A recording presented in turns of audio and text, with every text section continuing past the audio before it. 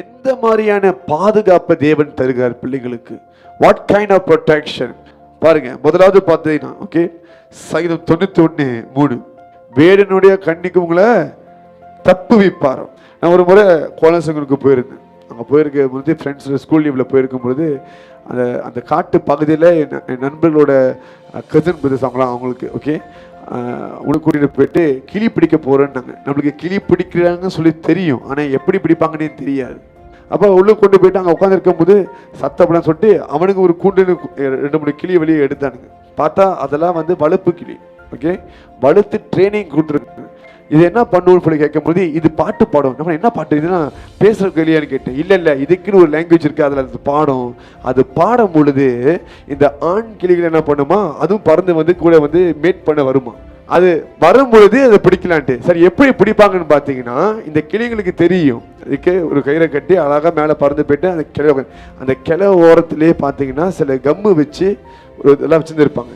அந்த வைல்டானது காட்டுக்கிளி பக்கம் நிற்க முடியாது, கால் மாட்டிக்கும் கம்முல, அப்படியே கீழே விழுந்துருங்க. அப்ப வேடன் கண்ணிக்கு தப்ப வைப்பார். அப்ப ஒரு மனுஷன் பாருங்க, இந்த கிளிய பாடத்தை பார்த்துட்டு அந்த அப்பாவியான கிளி என்ன பண்ணும், ஓ நம்மளுக்குன்னு ஒரு ஜோடி வந்திருக்குன்னு அங்கேயே பறந்து நிற்கும். ஆமாவா இல்லையா? லவ் பேர்ட்ஸா மாறுறதுக்கு. ஆனா அங்க லவ் பேர்ட்ஸ் அதுதான் அதுக்கு பெரிய பிரச்சனை, அதுக்கு தெரியல. அப்ப சரியா அந்த இடத்துல மாட்டிக்கும். ஹல்லேலூயா. மாட்டினோடனே அதை பிடிச்சு கொண்டு போயிட்டு அதை போய் வித்துருவாங்க. எங்க குருவிகள் வித்துருவாங்க. This is how they do business. ஹல்லேலூயா. அப்ப கிட்ட 30 கிளியை பிடிக்கிற அளவுக்கு அவனால முடியுது அந்த ஒரு நாள்ல. அப்பதான் யோசிச்சு இந்த மாதிரி கூட முடியுமா அப்படின்னு சொல்லி. and that's my first experience. இன்னைக்கு பிசாசும் இப்படிதான்.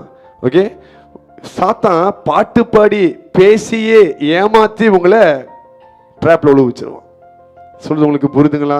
எத்தனையோ முறை சாத்தான் நம்மளுக்கு பல விதமான ட்ராப்ஸ் வைப்பான், பல விதமான குழிகளை நோண்டி வைப்பான். அதுல விழுகாம கொண்டு போகிறது யாரு? ஆண்டவர் தப்பு வைத்தார். வேடன் கண்ணிக்கு தப்ப வைத்தார். நீங்க அந்த காரியம் ஐயோ ஆல்மோஸ்ட் நான் விழுந்திருப்பேன், ஆல்மோஸ்ட் நான் மாட்டிருப்பேன், நல்ல வேலை ஆண்டவரை காப்பாத்தினார். ஆண்டவர் பாதுகாப்பார் அப்படின்னு சொல்லும் பொழுது அவர் முதலாவது முக்கியமாய் பாதுகாக்கிறது தெரியுமா? உங்கள் ஆத்துமாவை. உங்களுக்கு உங்க உடம்பு முக்கியம், கர்த்தருக்கு உங்கள் ஆத்துமா தான் முக்கியம். இந்த ஆத்துமா பாவத்துல விழுந்துச்சுன்னா இந்த ஆத்துமா பாதாளத்துக்கு போய் ஆகணும். அதனால்தான் பரிசுத்த ஆவி எப்போதும் வேடன் கண்ணிக்கு உங்களை தப்ப வைக்கிறார். The Holy Spirit escapes you from the traps of the devil. கொள்ளை நோய்க்கு உங்களே தப்பு வைப்பார். கொள்ளை நோய்கள் வரும் பொழுது அதிலும் கூட தப்பு வைக்கிறார். சில பேர் சொல்லுவாங்க, பாஸ்டர் இது பயங்கரமான வியாதி, பருவனா அவ்வளவுதான். இப்போ புதுசா இப்போ என்ன வைரஸ் வந்தாலும் நாட்டுக்குள்ள கோவிட் மேல இருந்த பயம் உங்களுக்கு வந்துடுது ஆட்டோமேட்டிக்கா. இப்போ என்னமோ மங்கி பாக்ஸ் வந்துருச்சுன்றாங்க பாஸ்டர். இந்த வைரஸ் அந்த வைரஸ், அந்த பயம் உள்ளுக்கே இருக்குது. ஏன்னா நம்ம ஒரு டைம் நல்லா வாங்கிட்டோம், என்ன ஆயிட்டோம், நல்ல அடி வாங்கிட்டோம், அதனால ஒரு பயம் வந்துருது. நான் சொல்றேன், பயத்துல வாழ்றது தேவன விருப்பம் கிடையாது. திருப்பியும் சொல்றேன், மற்றவங்க கதை உங்க கதை இல்லை, உங்க கதை இயேசுவின் கதை. The problem is you open your mouth, you keep on confessing that எனக்கும் வரும் சான்ஸ் இருக்குது, எனக்கும் வரும். நான் சொல்றேன், கெட்ட வார்த்தைனா நீங்க உங்களுக்கு சுத்தமா செந்தமிழ் சுத்தமா அது கெட்ட வார்த்தை இல்லை. நெகட்டிவா அறிக்கை செய்யறது தான் கெட்ட வார்த்தை. கிறிஸ்தவர்களுக்கு நெகட்டிவா பேசுறதுதான் கெட்ட வார்த்தைன்னு சொல்றேன். வேதத்தை நல்லா வாசித்து பார்க்கும் பொழுது யாரெல்லாம் நெகட்டிவா பேசுறாங்களோ போச்சு முடிச்சு, இதுக்கு மேல போதுகிற நீ வருத்தப்படுத்தாத, அவரை போய் கூப்பிடாத, அதெல்லாம் கட் பண்ணி பயப்படாத, விசுவாசமான இருன்றார். எங்கேயுமே நெகட்டிவா பேச விடல. So you must overcome all the negative things with your positive word, using the word of God. என் தாய் தகப்பனுக்கு இருந்துச்சு, என்னோட தாத்தா பாட்டிக்கு இருந்துச்சுன்னா எனக்கு வரணும்னு அவசியம் கிடையாது. நான் இயேசுவின் பிள்ளை, பாட்டை மட்டும் பாடுறீங்க, இயேசுவின் பிள்ளை பயமே இல்லைன்ட்டு அதெல்லாம் நீங்க பாடுறீங்க. ஆனா வாழ்க்கையில அந்த செயல்ல காமிக்க மாட்டீங்கல்ல, அதை நீங்க உண்மையா காமிக்க மாட்டீங்க. ஆமாவா இல்லையா? You don't leave your talk. உங்களோட வார்த்தையின்படி நீங்க இருக்கிறதே கிடையாது. அதனால தான் இது நடக்குது. பிசாசு என்ன பண்ணுவானா, மறந்துடாத, உன்னோட ஜெனரேஷன் லைன்ல இந்த வியாதி இருந்துச்சு, இது உனக்கும் வர சான்ஸ் இருக்குது. நிச்சயமா இருக்கலாம், நான் இல்லைன்னு சொல்லல. ஆனா நீ இப்ப ரட்சிக்கப்பட்டுட்ட. எப்ப நீ இயேசுவை சொந்த ரட்சகரை ஏற்றுக்கொண்டியோ அப்பலேருந்து பரம்பரை சாபெல்லாம் உடஞ்சி போச்சு. உன்னோட முன்னோர்கள் நடந்த காரியம் உனக்கு நடக்க போறது கிடையாது. The problem is you are confessing and you are possessing it. அது அறிக்கை செய்து அதை பெற்றுக்கொள்கிறீங்க.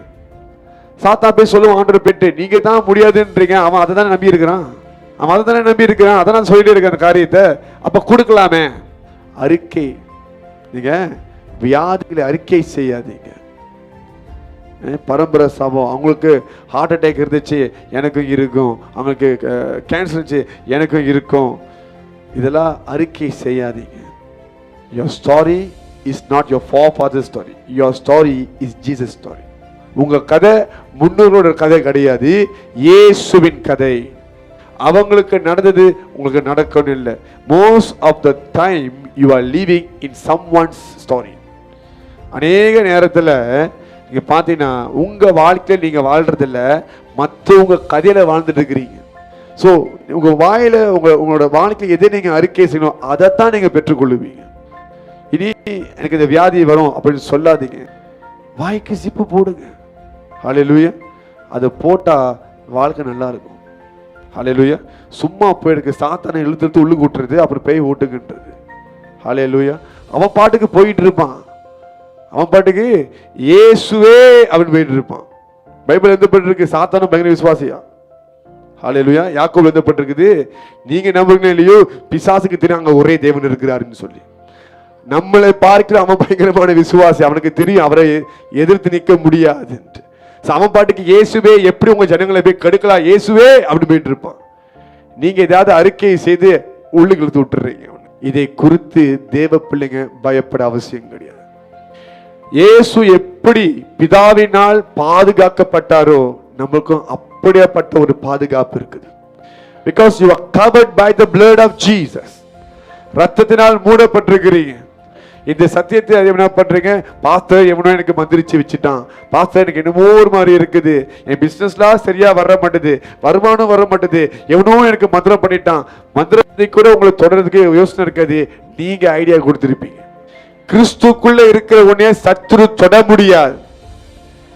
எழுதப்பட்டிருக்க யாக்கோபின் சந்ததிக்கு எந்த மந்திரவாதியும் இல்ல, சூரியன் எதுவுமே குறி சொல்லுதும் இல்லையா.